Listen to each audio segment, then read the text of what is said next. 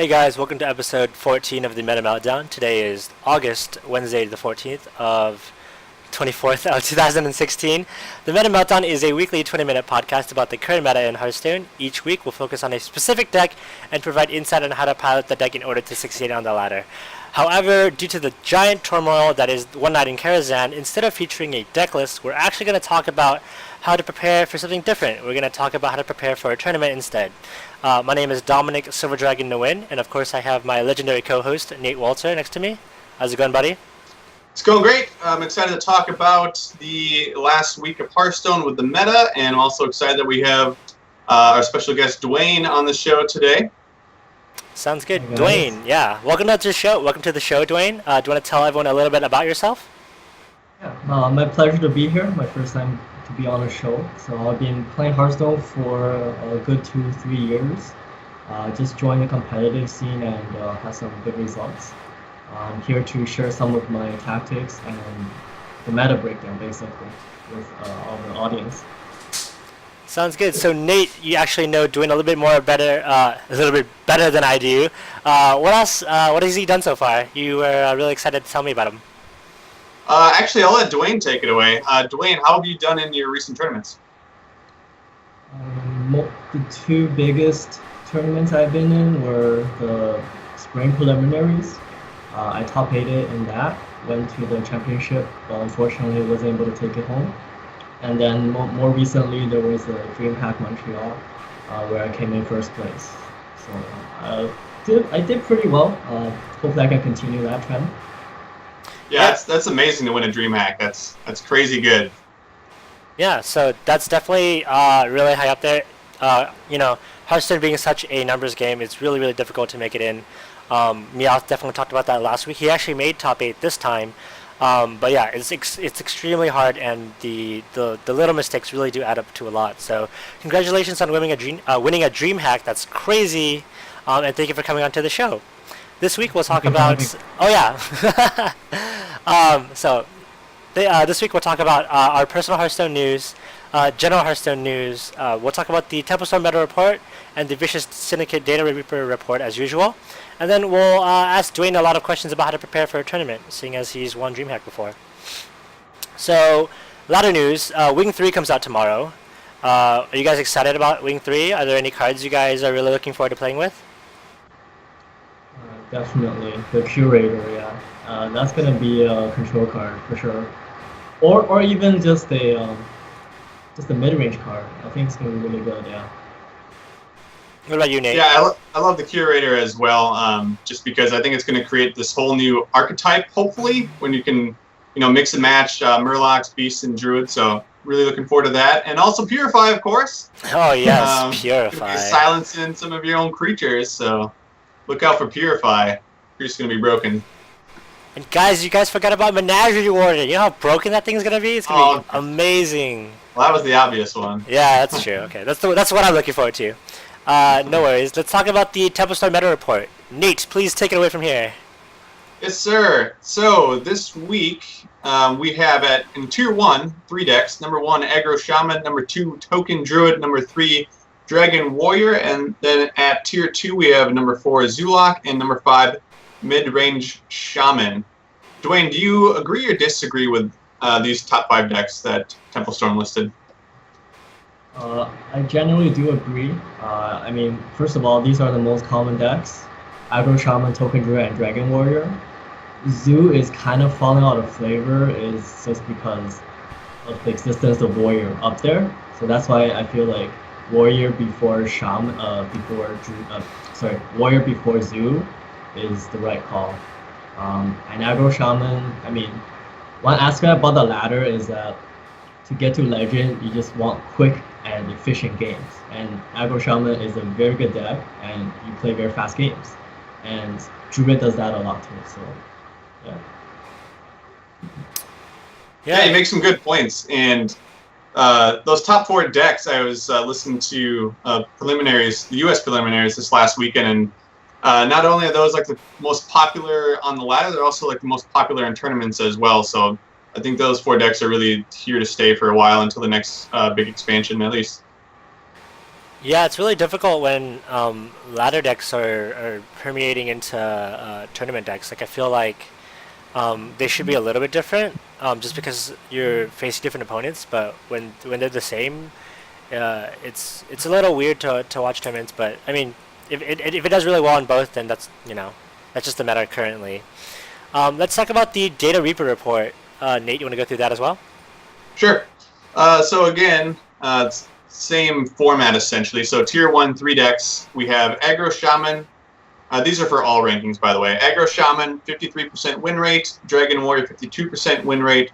And Token Druid, 52% win rate. And then in tier 2, we have Midrange Hunter at 51.9% win rate. And then Hybrid Hunter at 51.5% win rate. So the top 3 decks that were listed in the Temple Storm meta report are all the exact same, except number 2 and number 3, Dragon Warrior and Token Druid, are just flip-flopped. Yeah. And then I was kind of surprised in Temple Storm that they didn't actually list any of the mid-range hunters. I feel like that's the most popular deck that I played this last week with the introduction of Kindly Grandmother. So I think it's in a really good spot right now, so that really doesn't surprise me. What are your thoughts, Duane? I think mid-range hunter is probably not refined yet, but yeah, just throwing in the Client Grandmother and Barnes just makes the deck a little bit better, right? Very good point. I think it might need to be a little bit refined because it wasn't as on the top like as Aggro Shaman. But the Barnes Synergy and Kindly Grandmother are just like no-brainer cards you would throw in and they would just do the job for you, right? It wasn't like constructing a whole new archetype or building a new synergistic stuff. They are synergistic with the previous deck, right? Just make 2 cuts or 3 cuts and you'll be set. So probably need to be a little bit more refined, but I think it should go up there, yeah. Okay, that makes sense. Yeah, absolutely. So you spoke a little bit about how these cards really fit into the archetypes that already exist. Are there any cards that you see that are in particular underperforming? Underperforming, I believe, is the Priest deck. So with Onyx Bishop, I think I've talked about this and listened to some other people say that for Priest in this meta, you kind of need to play Doomsayer. But if you play Doomsayer, it's bad if you play Onyx Bishop. So you choose one or the other, right? You can't have the best of both worlds. So I think that's where the complication comes in. Like as a priest, you don't have a 2-drop. You don't want to play a Museum Curator, right? I mean, then you bring it back. It's kind of like not having a 2-drop in this meta is so crucial that if you don't have it, you lose the game. Like that's how it is, right? I mean, Onyx Bishop is a really good card, but I think you still need, early game. It's a very good value card. It's good with the Blade Master, but if you just get tempoed out, the whole deck just doesn't work, right? So, yeah, Duane makes a good point, and so that's kind of why you can't really put in clerics either if you want like the utmost value, because if you take out clerics, then you don't get any card draw. But if you put in clerics, then there's a good chance you're gonna resurrect it, and then you don't get much advantage on the board. So. And if you put in like a Wild Pyromancer and you summon a Pyromancer, then it's going to res it, and then it's going to do 1 damage to the entire board, which you may not necessarily want. So it's in a difficult spot right now. I think it has some good tools, but like Duane said, it does need like a solid 2-drop, and then I think Priest would honestly be like one of the best classes in the game, in my opinion. Yeah, I feel like that's the reason why we haven't received a strong 2-drop, is that it would really, really increase the power level of Priest. But with the current cards out there, Ben Broad has definitely promised us Unicorn Priest exists, so we'll go and find it one day. All right, sounds Purify. good. Yeah, Purify. That's what it is. Purify. Yeah, exactly. So do you guys see any big deck changes, or have you guys seen any big deck changes in the past week? I didn't get to play very much, so I'm definitely asking for your guys' advice. Let's start with Duane. Yeah, I talked about Barnes a little bit. It's just kind of like that card had the highest expectation, and it kind of lived up to it, right? So let's not talk about that anymore. The second one would be Arcane Giants. So Arcane Giants is really, really good because if you look at some of the previous decks, almost all decks you can play Yogg. Like Temple Mage you can play Yogg, Druid can play Yogg, even Patron Warrior sometimes plays Yogg. So you know there's a lot of good spells that will not go away. And then you have these Arcane Giants, and you just temple them out. You just play for 2 mana or like 3 mana, that's fine. And a lot of times it's 0 mana. So that's a really big change. And yeah, I think I don't know if it's for the good or for the worse, but it's gonna be in a lot of decks, Arcane Giants. So. Yeah, I've seen Arcane Giants in pretty much every deck with people just experimenting with it. I've seen it in Miracle Rogue, I've seen it in Token Druid, I've seen it in Raynan was doing like an OTK Warrior variant with Arcane Giants where he's playing Blood Warriors, so he's duplicating his Giants, and then he played like 4 in 1 turn. Oh, wow. Yeah, and I also saw like a variant of Patron Warrior, which I know is pretty popular. So it's definitely an amazing card, as Duane said.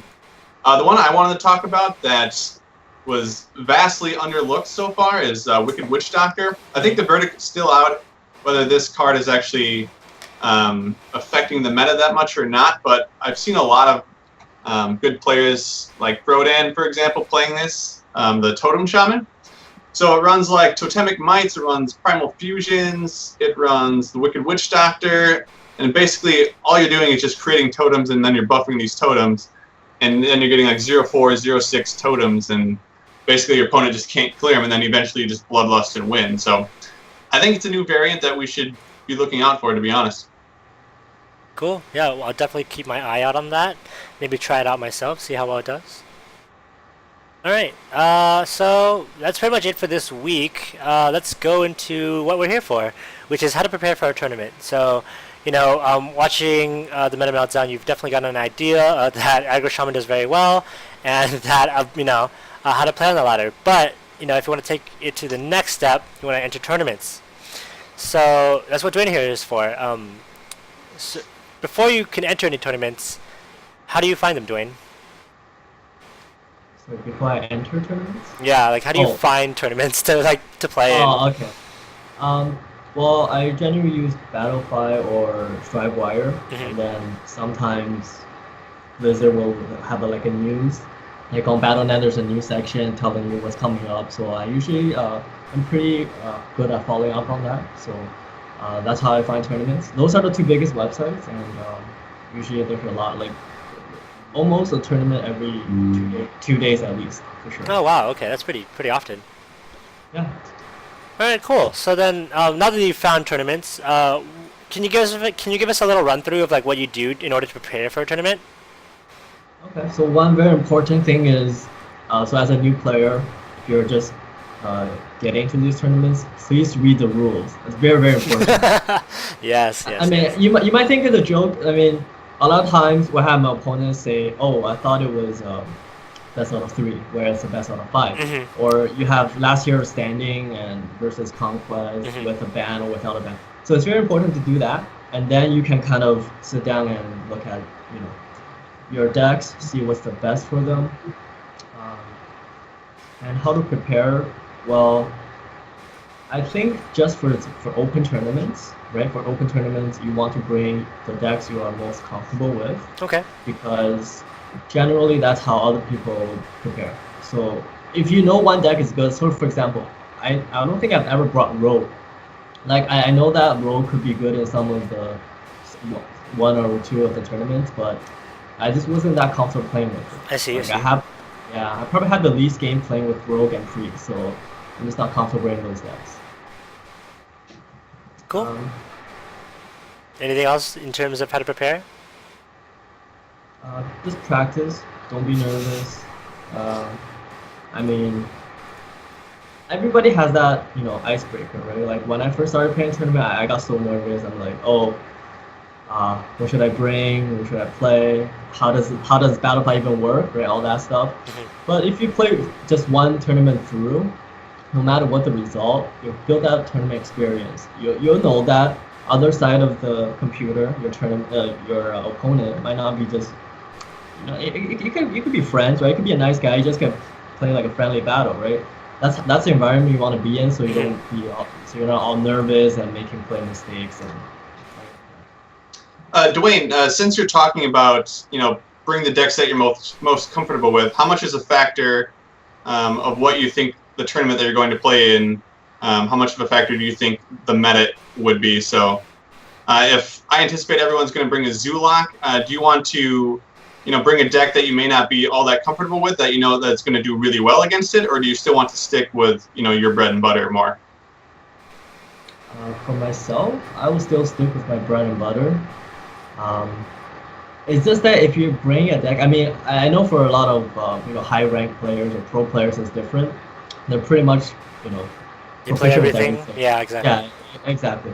But even for myself, I know some of my weaknesses, right? Like, if you don't play the deck enough, you're gonna be in a situation where you don't know what to do. You never seen this environment before. It's like a hostile environment. You don't even know where to begin. You start roping, and then everything just falls apart. Like, you don't want that to happen.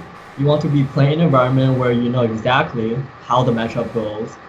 You know exactly what card you need to play around, or what cards you might top deck to bring you the win, right? So I find sticking with the bread and butter is pretty good.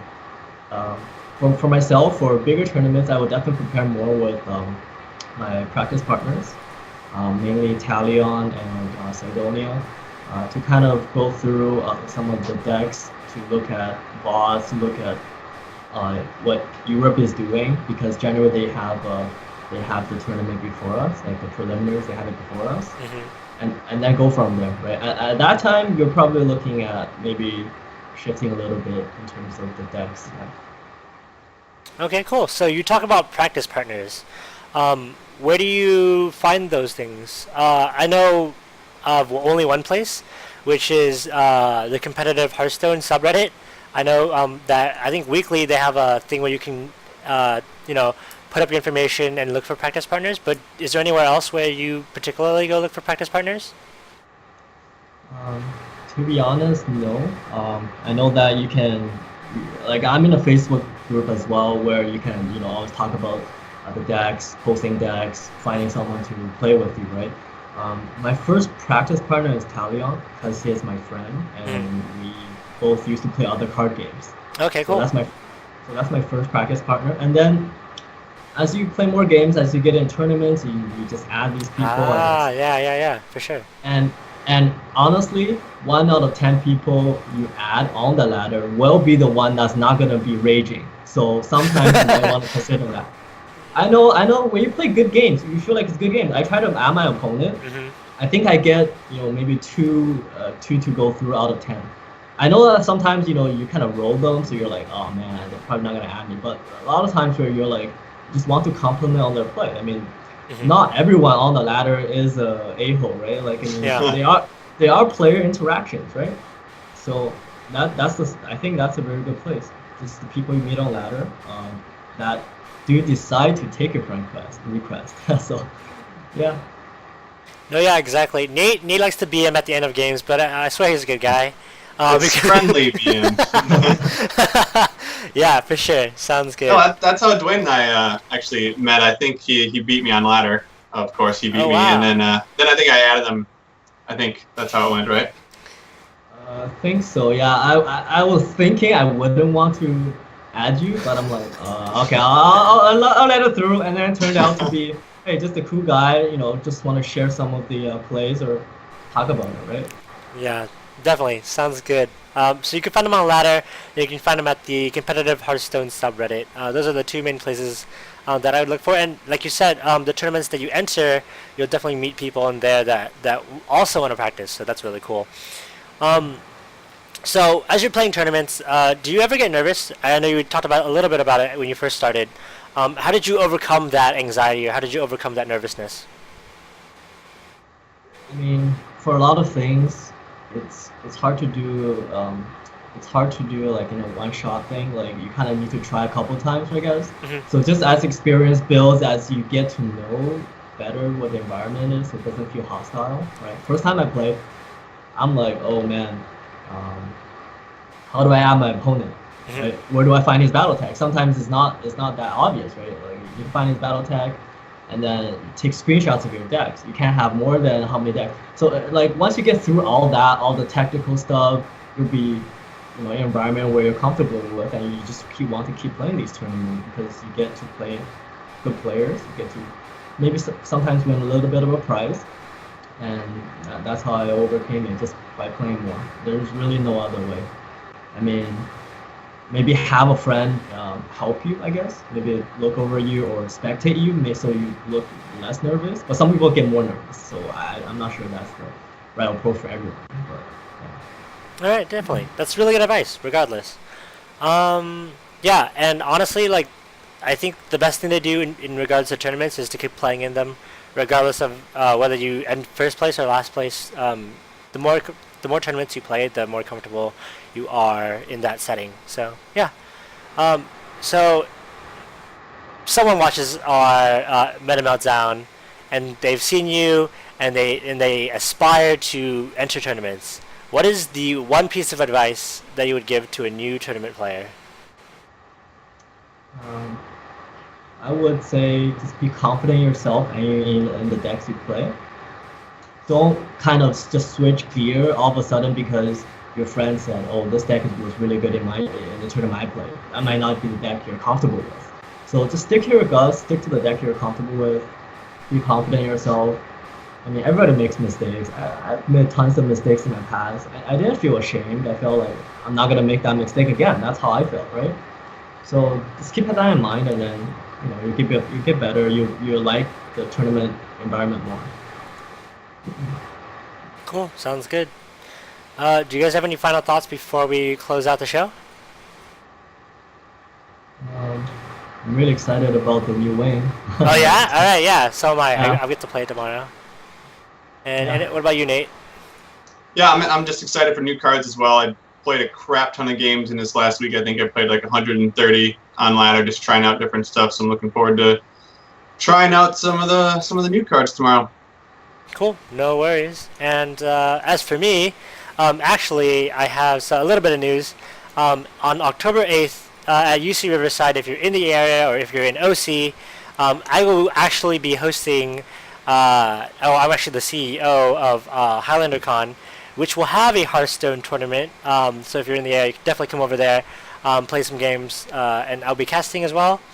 So if you're looking for a tournament to play and you don't know where to start, and you don't really don't have any recommendations, definitely come over there, and we'll see you over there, and we'll play some Hearthstone together. That pretty much ends it for us. Thank you everyone for watching and downloading our podcast. Shout out to our moderator Ritual Plays, who, yes, you can meet me in person, Ritual. And yeah, do you have any shout outs, Duane, before we end here? Shout out to my testing partner Italian for his, been playing good games, doing good preparation work with him, and shout out to my girlfriend who should be watching right now. She's always been very supportive of me playing Hearthstone, trying to play at a professional level. Mm-hmm. Thanks to her. Yeah. Oh, that's so sweet. All right, sounds good. So yeah, if you can find any of our previous shows and previous deck lists at metameltdown.com. You can find us at twitch.tv/metameltdown next Wednesday at 7 p.m. And on Twitter as well at metameltdown. Our YouTube is metameltdown, and our email is metameltdownpodcast@gmail.com. Yeah, we hope to see you guys next week, where we are going to talk about the fourth wing. And yeah, we'll be back next Wednesday, guys. See ya. Thanks for tuning in. Yeah.